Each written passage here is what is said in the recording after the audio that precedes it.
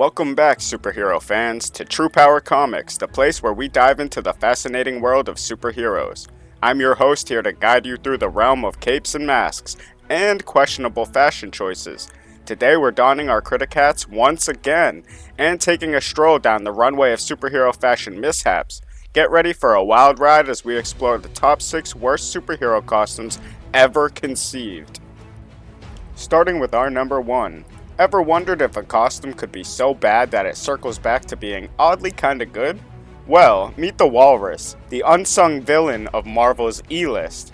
The Walrus rocks a brown ensemble complete with tusks and whiskers. It's like he raided the local aquarium gift shop for his fashion inspiration. Is it practical? Not really. Is it memorable? Absolutely. But the piece de resistance of Walrus's wardrobe is the rainbow-colored insignia proudly displayed on his chest. It's like adding sprinkles to a pizza. Unexpected and maybe a tad confusing. But now moving on to number 2, Tigra is stealing the spotlight. Now, when Greer Grant Nelson got hit by a radioactive explosion, she didn't just get a makeover, she got the cat people offering her a ticket to the Defender of Felines Club. Picture this, a ritual involving a mix of science, magic, and some serious mental gymnastics, and voila, Tigra was born. Stripped fur, claws sharper than your grandma's wit, and eyes that scream, I see you and I'm not impressed. Talk about a fashion statement, am I right? But it gets better when Tigra gets the superpower upgrade to switch between her cat-human hybrid and full-blown human form. What's she doing with all that power, you ask?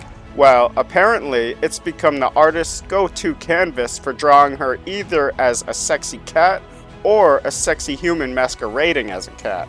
Because, when in doubt, why not throw in a pair of sexy cat ears and call it a day? And with our number 3, speaking of the original cat suit, we might as well talk about it, and its newest owner, Patsy Walker.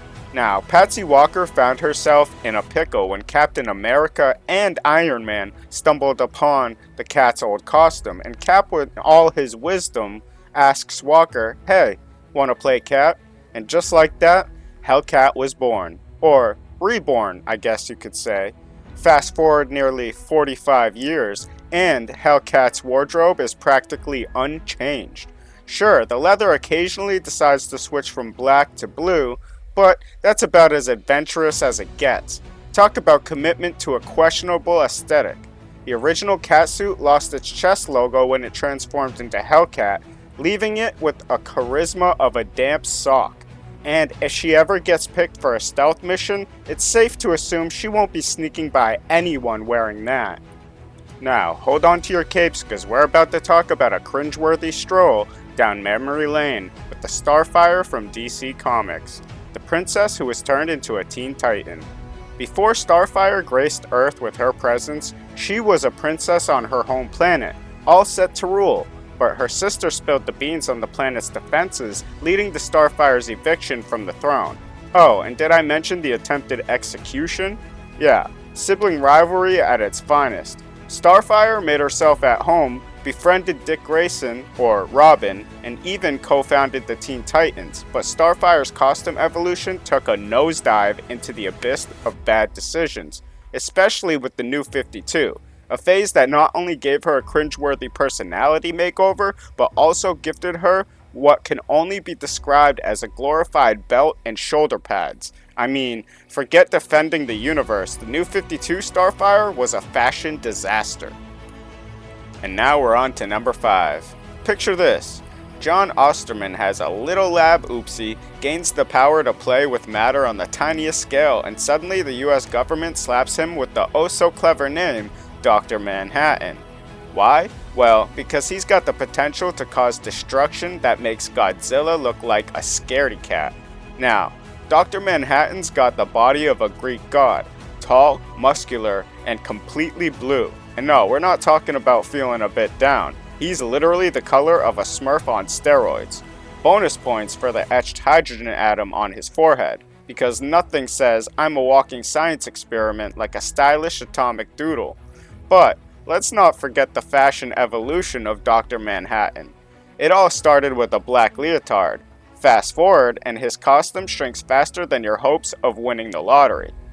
From shorts to briefs to, yes, a thong, and then just nothing. Like, I know you don't feel like a need for clothes, but we all have to look at you, so... Number 6. Get ready to meet Mr. Terrific, the superhero with a costume so terrific, it'll make you wonder if we've redefined the word. But in the old comic days, Terry Sloan, a real go-getter, decided to tackle juvenile delinquency. Picture this, he wears a red bodysuit that's brighter than a traffic cone, a mask that's not winning any fashion awards, and a green jacket with fair play written on it. And to top it all off, brown boots featuring yellow cuffs. It's like a fashion disaster in action.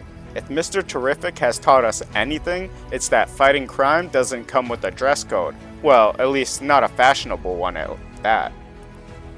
And there you have it, folks. A journey through the fashion nightmares of our favorite superheroes, from the Walrus's aquatic ensemble to Starfire's questionable wardrobe evolution and Mr. Terrific's terrifically interesting choices. We've seen it all. If you enjoyed this superhero fashion critique, don't forget to hit that like button and subscribe for more hilarious escapades into the worlds of capes, masks, and wardrobe malfunctions. And hey, if you have a favorite fashion disaster or a hero whose costume needs a makeover, let me know in the comments below. Until next time, comics are greater with true power.